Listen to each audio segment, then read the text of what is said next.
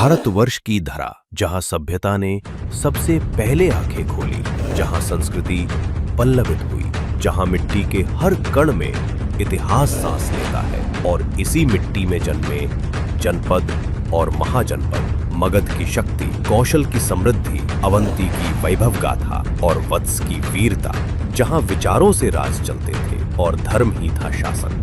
फिर से खुलेंगे भारतवर्ष की गौरवशाली इतिहास के पन्ने, और सामने आएगा वो युग जब भारतवर्ष केवल एक भूमि नहीं बल्कि एक विचार था। यहीं से विश्व में सभ्यता और संस्कृति का विस्तार हुआ। महाजनपद, भारत के सनातन गौरव की अमर गाथा। महाकाल के चरणों में ली गई प्रतिज्ञा ने अवंतिका के भाग्य को एक नया मोड़ दिया था। सम्राट चंड प्रद्योत महासेन ने अपने शत्रुओं को बुद्धि और बल से परास्त कर एक बिखरे हुए राज्य को आर्यावर्त की प्रमुख शक्ति के रूप में स्थापित कर दिया था। उज्जैनी अब केवल एक नगरी नहीं रही, वो शक्ति और समृद्धि का प्रतीक बन चुकी थी, जिसकी कीर्ति विंध्याचल से लेकर हिमालय की तलहटी तक गूंजने लगी थी। परंतु इतिहास गवाह है, सत्ता का शिखर कभी शांत नहीं होता। अवंतिका का बढ़ता प्रभुत्व महाजन पदों की आंखों में चुभने लगा था। सबसे अधिक बेचैनी थी गंगा के मैदानों में, वहां जहां मगध का विस्तारवादी स्वप्न आकार ले रहा था। ये केवल ईर्ष्या नहीं थी, ये शक्ति संतुलन को लेकर उपजा भय था। एक ऐसा भय जो जल्द ही खुले टकराव में बदलने वाला था। दरबारों में दूत भेजे जाने लगे, संधियों के पीछे षड्यंत्र पनपने लगे, शब्दों की जगह अब संकेत बोलते थे, और मित्रता के नाम पर विश्वासघात के बीज बोए जा रहे थे। अवंतिका जानती थी कि आने वाला समय केवल बुद्धि या बल का नहीं, बल्कि धैर्य, नीति और त्याग की परीक्षा का होगा। महाकाल की नगरी अब एक नए युद्ध के द्वार पर खड़ी थी, जहां निर्णय तलवार से नहीं बल्कि इतिहास की दिशा से तय होने वाला था। उज्जैनी की गलियां अब केवल व्यापार से नहीं बल्कि हाथियों की गड़गड़ाहट से गूंजती थीं। ये अवंतिका की पहचान बन चुकी थी। सम्राट प्रद्योत की विशाल हस्ती सेना, विंध्य के घने जंगलों से पकड़े गए युद्ध के लिए प्रशिक्षित ये हाथी अवंतिका को महाजन पदों में एक अद्वितीय बल प्रदान करते थे। इनकी गर्जना, इनकी अविश्वसनीय मारक क्षमता ने अवंतिका को चंड की उपाधि दिलवाई थी। ये केवल संख्या बल नहीं था, ये हस्ती सेना को प्रशिक्षित करने की विशिष्ट गुप्त पद्धतियां थीं, जिनके कारण अवंतिका के युद्ध गज किसी भी अन्य सेना के रथ या घुड़सवार दल के लिए काल सिद्ध होते थे। एक विशाल सैन्य शक्ति, एक चतुर राजा, अवंतिका शक्ति के ऐसे शिखर पर थी जहां से उसे अब केवल सम्मान नहीं बल्कि भय भी प्राप्त होता था। ये भय ही था जो पूर्वी महाजन पदों, मगध और कौशल के लिए चुनौती बन चुका था। उन्हें साफ दिख रहा था कि यदि प्रद्योत को रोका नहीं गया तो वह संपूर्ण आर्यावर्त का चक्रवर्ती सम्राट बनने की क्षमता रखता है। मगध का नवोदित सम्राट बिंबिसार या जरासंध की वंश रेखा का उत्तराधिकारी, जैसा आचार्य सुकेतु ने कहा था, अपने साम्राज्य को पश्चिम तक फैलाना चाहता था। उसकी नजरें अवंतिका के समृद्ध व्यापार मार्गों और उसकी पश्चिम की ओर बढ़ती सीमाओं पर टिकी थीं। परंतु बीच में पहाड़ की तरह खड़ा था चंड प्रद्योत का अडिग राज्य। गंगा और नर्मदा के बीच ये राज्य एक अभेद्य दीवार बन चुका था। मगध जानता था कि अवंतिका को सीधे युद्ध में हराना कठिन है, खासकर उसकी हस्ती सेना के कारण।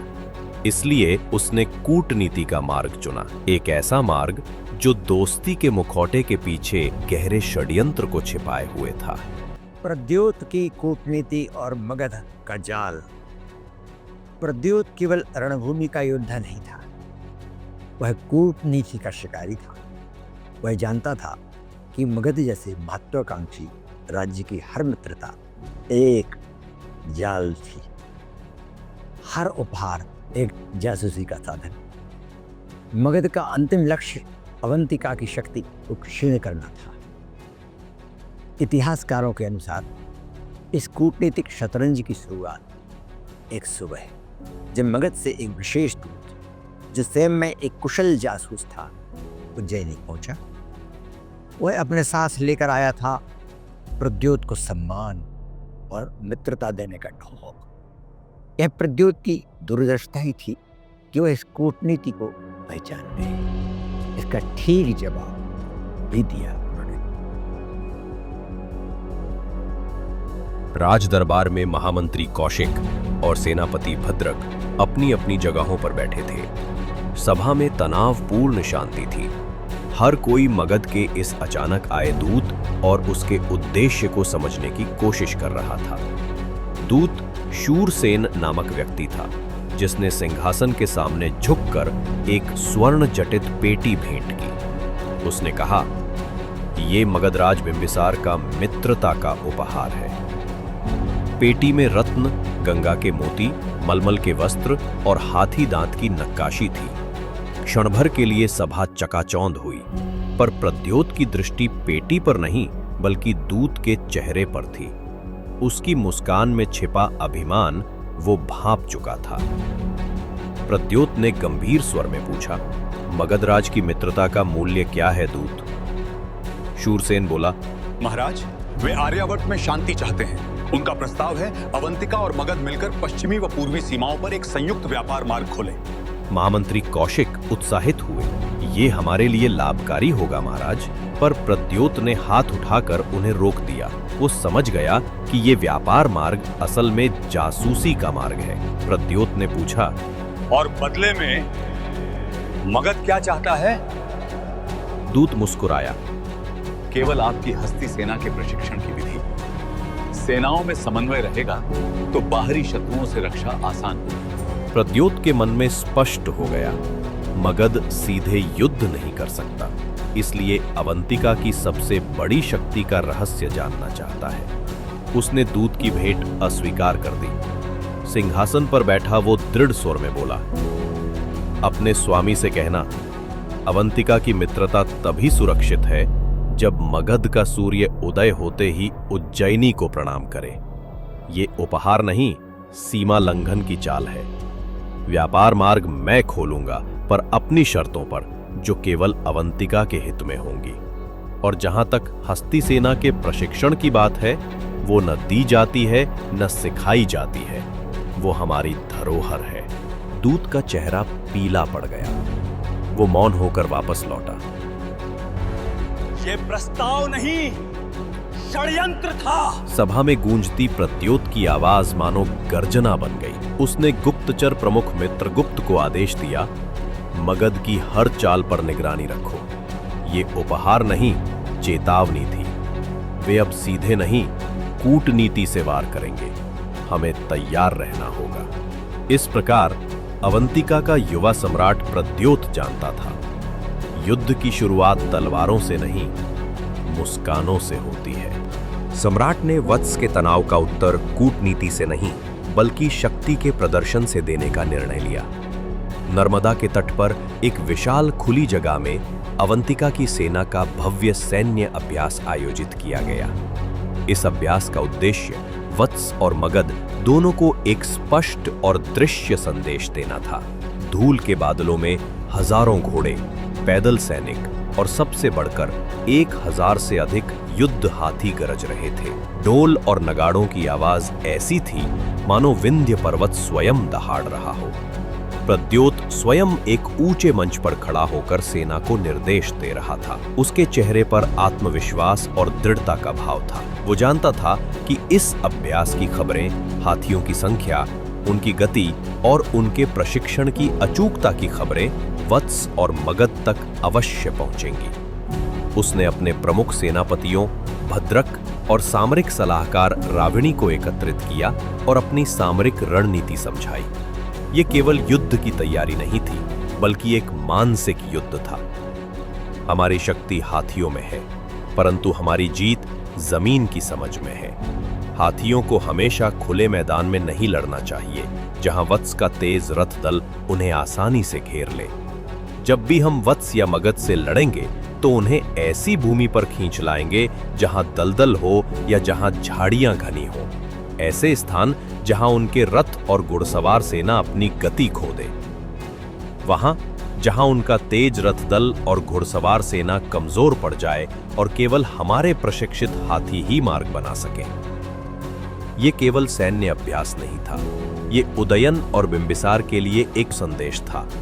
अवंतिका युद्ध के लिए तैयार है, उसकी रणनीति अचूक है और वो अपनी पसंद की रणभूमि पर लड़ेगी।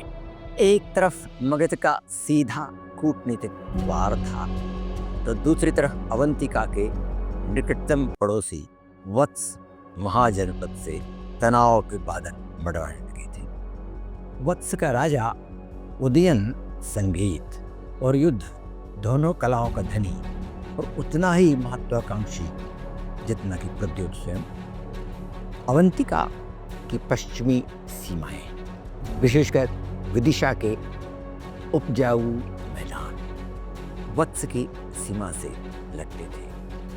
यहाँ पिछले कुछ महीनों से लूटपाट की घटनाएं बढ़ गई थीं और प्रद्योत जानता था यह उदयन की ताकत को जांचने की चाल थी। ऐतिहासिक ग्रंथों के अनुसार उदयन दरअसल यह देखना चाहता था कि अवंतिका अपनी शक्ति मगध के लिए बचाती है या पश्चिमी सीमा पर लगाती है। प्रद्योत उदयन को एक बलवान लेकिन अहंकारी प्रतिद्वंदी मानता था। तनाव धीरे धीरे चरम की ओर बढ़ रहा था। अगली सुबह जब राजमाता वसुंधरा मंदिर में पूजा कर रही थीं, प्रद्योत को एक गुप्त संदेश मिला। यह संदेश अत्यंत गोपनीय और गंभीर था। मित्रगुप्त गुप्तचर प्रमुख स्वयं चुपके से राजमहल पहुंचा और उसने सीधे प्रद्योत के व्यक्तिगत कक्ष में प्रवेश किया। उसके चेहरे पर चिंता की लकीरें थीं, जो साफ बता रही थीं कि खतरा वास्तविक और निकट है। महाराज, हमें वत्स की सीमा पर एक महत्वपूर्ण जासूस मिला है। वो उदयन के निजी दूत मंडल का सदस्य था और कई महीनों से उज्जैनी के निकट रुका हुआ था। उसने न केवल अवंतिका की सीमाओं की जासूसी की है, बल्कि हमारी हस्ती सेना की संख्या, प्रशिक्षण पद्धतियों और सबसे महत्वपूर्ण उनकी तैनाती की भी गोपनीय जानकारी इकट्ठा की है। ये जानकारी प्रद्योत के लिए एक खुला अपमान थी। उदयन ने न केवल अवंतिका की सीमा को चुनौती दी थी, बल्कि सीधे उसकी शक्ति के केंद्र गुप्त सेना विवरण पर वार किया था। ये उदयन के सीधे युद्ध की घोषणा के समान था। प्रद्योत ने अपनी आंखें बंद की। क्रोध की ज्वाला भीतर धधक उठी। सभा कक्ष की दीवारें मानो क्रोध से कांप उठी। लेकिन वो क्रोध केवल शक्ति से नहीं, बल्कि एक विस्तृत और खतरनाक योजना के जन्म का संकेत था। प्रद्योत ने अपने क्रोध को शांत किया और अपनी उंगली मानचित्र पर वत्स की राजधानी कौशांबी की ओर बढ़ाई। कौशिक, भद्रक, रविनी, मित्रगुप्ता, इस बार हम उदयन को युद्ध में नहीं बल्कि उसकी अपनी चतुराई के जाल में फंसाएंगे। उसे लगना चाहिए कि अवंतिका सो रही है, कि हम इस जासूसी से अनजान हैं। उदयन को यह विश्वास होना चाहिए कि उसने अवंतिका की शक्ति को सफलतापूर्वक भांप लिया है। प्रद्योत ने धीरे धीरे उदयन को पकड़ने की अपनी योजना को विस्तार से समझाया। योजना थी दुश्मन के गढ़ में घुसकर उसके राजा को गिरफ्तार करना, एक ऐसा दुस्साहस जो इतिहास में किसी ने नहीं किया था। ये एक असाधारण, जोखिम भरी सर्जिकल स्ट्राइक थी। राजमहल में निस्तब्धता छा गई थी।